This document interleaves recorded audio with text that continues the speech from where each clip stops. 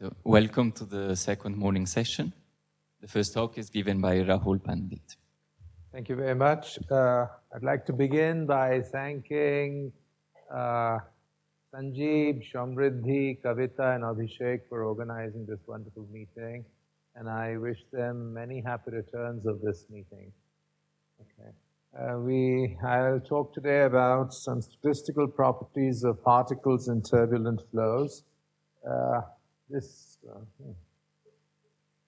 Fine, yeah, okay, right. So this lies, I've done this work with several students, former students whose names are up here, and a little bit with Michael Wilkinson, with a lot of generous advice from Shamriddhi. And here's the outline of the talk: introduction for those who are not familiar with turbulence, then about particles in turbulence, and then various words which you probably recognize for statistical mechanisms like persistence and so on. So here are turbulent flows. You've seen them from water waves in the ocean to solar flares. And these equations, I trust all of you have seen. These are the Navier-Stokes equations. U is the velocity, mu the kinematic viscosity, P the pressure, F the external force. And we're looking at incompressible flows, so the divergence of U is 0. And you characterize the amount of turbulence by a dimensionless number, the Reynolds number, a typical length scale L, a typical velocity scale U divided by the kinematic viscosity. Okay? And turbulent flows display several vortical structures. And all of you have heard about this cascade. Energy is pumped in at large scales, and it comes down to smaller and smaller scales where dissipation acts. And basically, then, if you assume that dissipation doesn't act in these intermediate scales, then many things follow by dimensional analysis, first carried out by Kolmogorov in 1941. In particular, the energy spectrum shows a minus 5/3 law, at least the level of this talk. Now, what about particles in turbulence? They occur in many, many settings. Here are some pollutants, cloud formation, volcanoes, mixing processes of industry. And therefore, we want to understand their properties. In this talk, I will distinguish between two types of particles: Lagrangian tracers, which have the same density as the fluid. They move with the fluid velocity, and they're tracers that are distributed uniformly in a turbulent flow. What do I mean by that? Well, here's a movie. These are the tracer particles. There are, I think, about 100,000 in this movie. Okay, so we will be concerned with the statistical properties of such particles in turbulent flows, but also heavy inertial particles. What does heavy mean? Heavy means that the density of the particles is greater than that of the fluid, and if they're sufficiently heavy and their radii are much smaller than the dissipation scale at which dissipation becomes significant, then basically it is the velocity of the particles v evolves like this.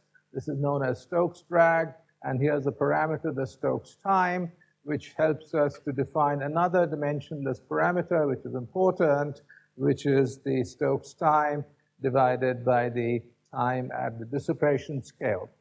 And this is true if you make all these assumptions, but that's only for experts. So for the purposes of this talk, that's the set of equations we will look at. And how are they different? Well, probably you can't tell unless I run it long enough. They cluster. This is already in the clustered state. The Lagrangian particles did not cluster, but these particles cluster, and this is well known to several people who have studied this problem over the past 2 decades. All right, so to study all these things, you can't be a pure theorist. You have to bite the numerical bullet. And, what we will do is we will carry out direct numerical simulations using a pseudospectral method. And for particles, we will use the equations that I've already written down. And believe me, we know how to do this. And we can do several runs, the parameters for which are here, but which I will not bore you with today. The resolutions, for those of you who are completely on board, are low. That's because the properties that I will talk about require very long integration in time, and so that's why you can't do very high resolution. We will look at these statistical properties as a function of the other control parameter I told you about, the Stokes number, okay? So 0, roughly speaking, if you don't worry about singular limits, is Lagrangian particles, and these are heavier and heavier particles, if you like. Well, excuse me, the Stokes time.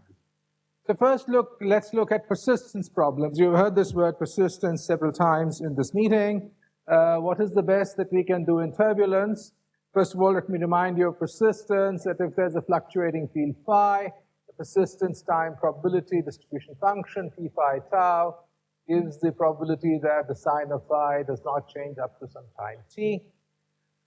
And it has been studied in many non-equilibrium systems, many of which you know much better than I. And in many such systems, this shows a power law as the time tau goes to infinity with an exponent theta, which can be universal and which can be calculated in a handful of cases, but in most cases only numerically. So the first thing we did, which was some years ago with all these people, was to define a persistence problem for two-dimensional turbulence. It becomes important to look at sort of conditioned probability distribution functions here. In particular, if A is the velocity derivative tensor, which you can calculate from your code, and you look at its determinant, then this is less than 0 in vortical regions, greater than 0 in strain-dominated regions, and therefore, if you find the PDFs of the persistence time, how long a particle stays in a vortical region or a strain-dominated region, you can fish out PDFs. The most interesting one from the power law point of view is that of a Lagrangian tracer in a vortical region, and we found an exponent here, and all other PDFs were exponential, all right? So the question is, how do you generalize this to 3D turbulence, where again particles get, trapped in regions of high vorticity and they exhibit very large accelerations? This is well known from earlier work. And here are some of our own simulations. So the blue, which you can probably see, probably not see, are tubes, isovorticity tubes, and the white little dots are particles, and we are doing this as a function of Stokes number. We, in this case, is Akshay Bhatnagar, my student. So what is the natural way of generalizing this thing, going beyond this parameter lambda? There are two parameters, Q and R, which are related to the velocity gradient tensor for the three-dimensional case. And in this QR plot, this is the discriminant of the characteristic equation for A.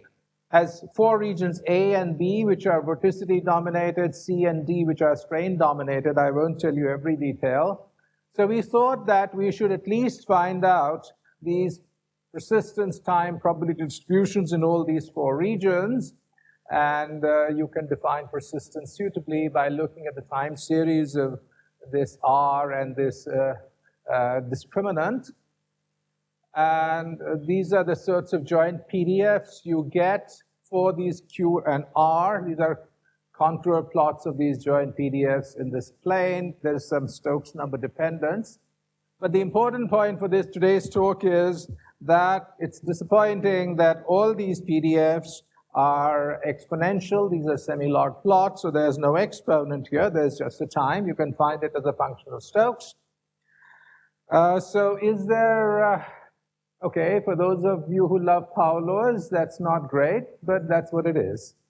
So is there anything for which we can get a power law? And my student did manage to find one, which is basically a sort of first passage time. It looks pretty obvious, but we couldn't find it in the turbulence literature. That is, you take a sphere of radius r0, and at its center you put a particle at time t equal to 0, and then you ask, when does the particle first cross the sphere? And you call that time tau sub r0. And, well, you find the PDF of tau sub r0.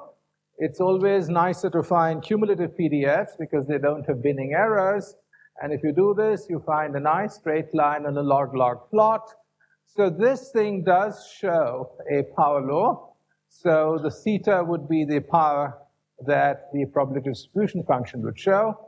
And, well, I think this is the first time it's been done in turbulence. I don't know why, nobody thought of it. You can do it as a function of Stokes, and as Stokes increases, then this region of power law shrinks. All right, a few more things. I still have a little bit of time. We'll also look at geometrical properties of particle tracks. What do I mean by that? That's a typical particle tracks for tracers and with increasing Stokes. So, well, a curve in 3D, you can define a curvature and a torsion. We had done this earlier in 2D. I won't tell you about it. But suffice it to say that given the velocity fields, you can define the curvature and the torsion. Once you define these, you can find their PDFs. And lo and behold, these are cumulative PDFs. There are straight lines on log-log plots from which you can infer an exponent. This is for the curvature. Similarly, for the torsion, another exponent. You can look at various things. There is some rough level of theory. Theory is normally a code word for making some approximation which is either controlled or uncontrolled. In particular, if you say that these joint PDFs factorize, then with some effort you can get these exponents 2.5 and 3 that I told you about. We can examine the approximations on which they are based. Let me skip this and just show you one thing. You can ask for the angle between the Eulerian velocity u and the particle velocity v as time progresses. And you see that there's an angle between them which changes in time. All right? So then you can ask for what is the probability distribution function of that angle. And here's a cumulative PDF, and there's a straight line, again a power, which is delightfully close to 4. Okay, and again at the level of theory that I alluded to, you can fish out the 4.